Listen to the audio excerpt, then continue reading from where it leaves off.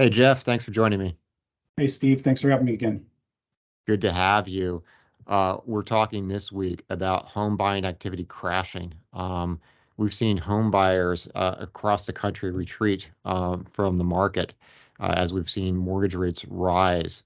Um, the pending home sales for August that plunged 7.1% from the month before, according to the National Association of Realtors, uh, down.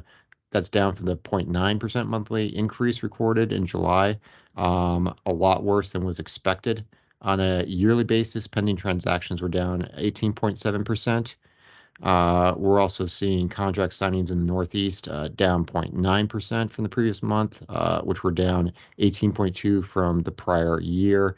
Pending sales in the Midwest dropped 7%, and 19.1% from year over year. South down 9.1%.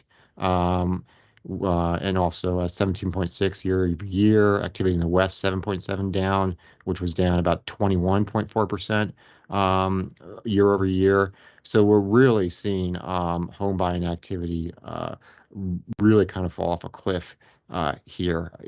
Your thoughts? Couple things. One of the things to mention is I think lack of inventory is kind of a huge issue. And when I mean huge issue, it's you're just getting people who are bored with seeing the same stuff, so they're just not out actively looking as much.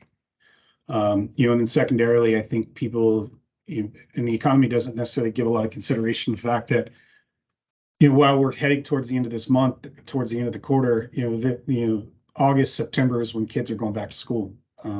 Families have less time to do what they did in previous months. So, I'd like to say I looked at that historical data, but I didn't. But I'd be interested to see what August and September have done to sales in previous years. So maybe it's not that they just aren't closing. Maybe it's just that they're put on hold for a moment.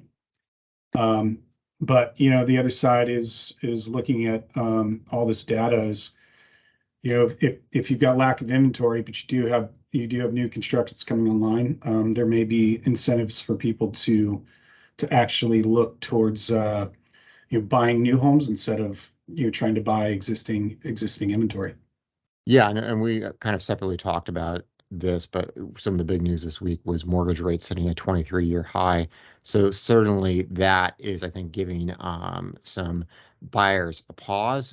But also another thing that we've talked about that really is a big deal is the golden handcuffs. That people who already have a mortgage at 2, 3%, they're not in a rush or really have much incentive to sell their house and buy a new house at a higher mortgage rate. Well, So I unless, would yeah, I'd even say compounded by the fact of where the hell am I going to go? You know, if there's not inventory for me to go and I'm waiting for new housing to be built, I don't, it's better served for some of those people to stay there.